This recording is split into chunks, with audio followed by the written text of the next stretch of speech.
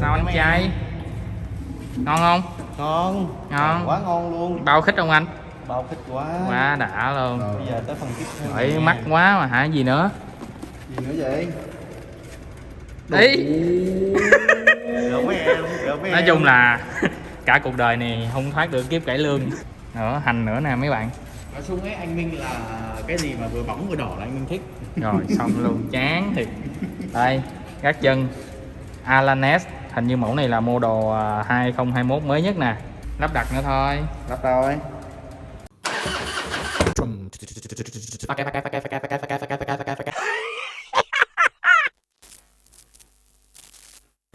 Rồi thì không biết nói gì với anh trai mưa của mình luôn. Thì sau khi mà anh bỏ được cái bao tay Fairy thì anh lại tiếp tục series cải lương của mình. Chắc này Lan và Điệp quá. Thì sau khi mình xem xét thì cái gác chân Alanes này cũng khá là đẹp nha. Thì nó làm bằng nhôm mà nhẹ lắm nè, có cái cục này nè để khi mà mình cạ xuống mặt đường á, ôm cua hố á, thì nó sẽ nhõng cái gác chân này lên, nó sẽ không làm hư hỏng cái phần này. Và cái lát chân này nó có một cái đặc biệt, và cái đặc điểm là các bạn phải luôn lưu ý là bên nhà Alanes á, họ chỉ bán như thế này thôi.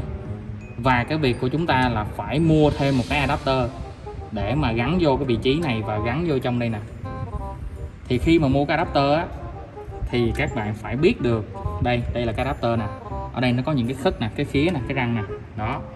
Và khi mà chúng ta cài vô trong cái răng này, nó sẽ giữ chặt lại và chúng ta sẽ siết con ốc ở phía này để giữ lại.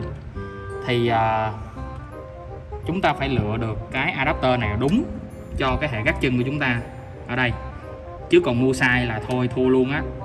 Đây, gắn vô đây, nhầm, quay ở đây nè, đó, rồi gắn vô đây lại thì lúc đó xoay lại cái này đấy, nó sẽ thẳng. Trước khi lắp đặt thì chúng ta phải tháo được cái gác chân zin này ra. Thì để tháo được cái gác chân zin thì theo mình thấy là ở đây nó có một cái phe cài nè, cái phe cài. Thì khi mình tháo được cái phe cài này là mình có thể đẩy được cái chốt này ra và mình có thể dễ dàng loại bỏ được cái gác chân này ra. Thì để tháo cái phe cài này thì mình nghĩ là sử dụng một cái tua vít dẹp nhỏ thôi. Đó, mình sẽ cài vô đây.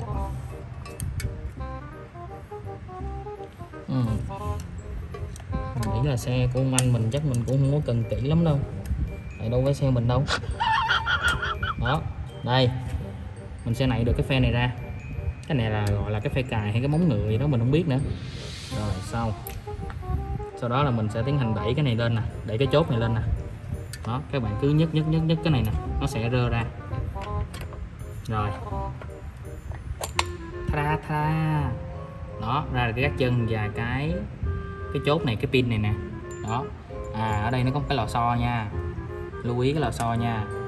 Rồi sau khi lấy được cái này ra thì chúng ta sẽ bắt đầu tiến hành là gắn cái này vô lại đây nè.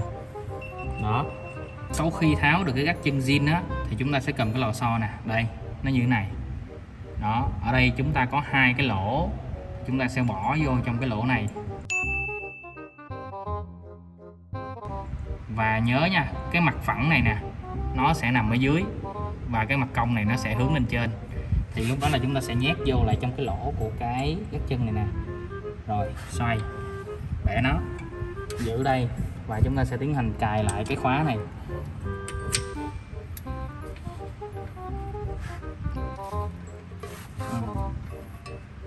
Hơi khó khăn nha các bạn. Chắc mình chơi cú này đi.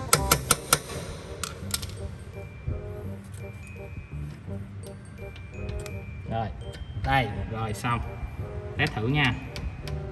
Rồi ok, thì sau khi mà cài được cái chốt này thì chúng ta sẽ xài lại cái móng ngựa đây, cái phe này nè, cài lại vô trong cái rãnh này. Rồi để cài lại vô cho cái rãnh này chúng ta sẽ dùng cái kìm ha, ở đây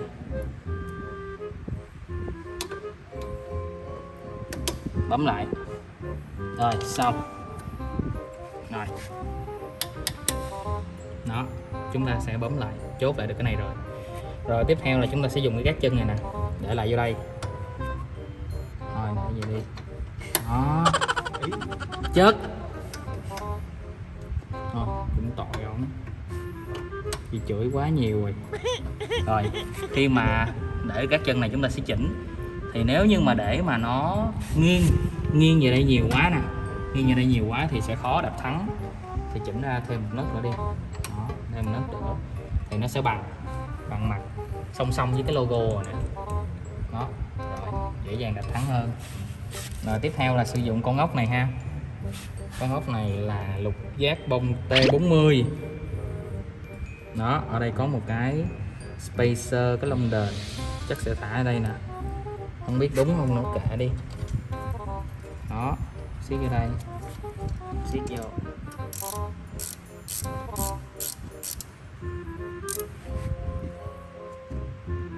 rồi, chúng ta siết vừa tay thôi nha, tại vì cái con ốc này nè bản chất nó đã có một cái lớp keo lóc rồi, keo khóa ren rồi, khi mà chúng ta siết vô á thì nó sẽ giữ luôn, giữ gác chân này lại, và cái gác chân của chúng ta nó có những cái răng ở đây nè, nó sẽ có thể giữ được cái gác chân này chúng ta chắc chắn hơn.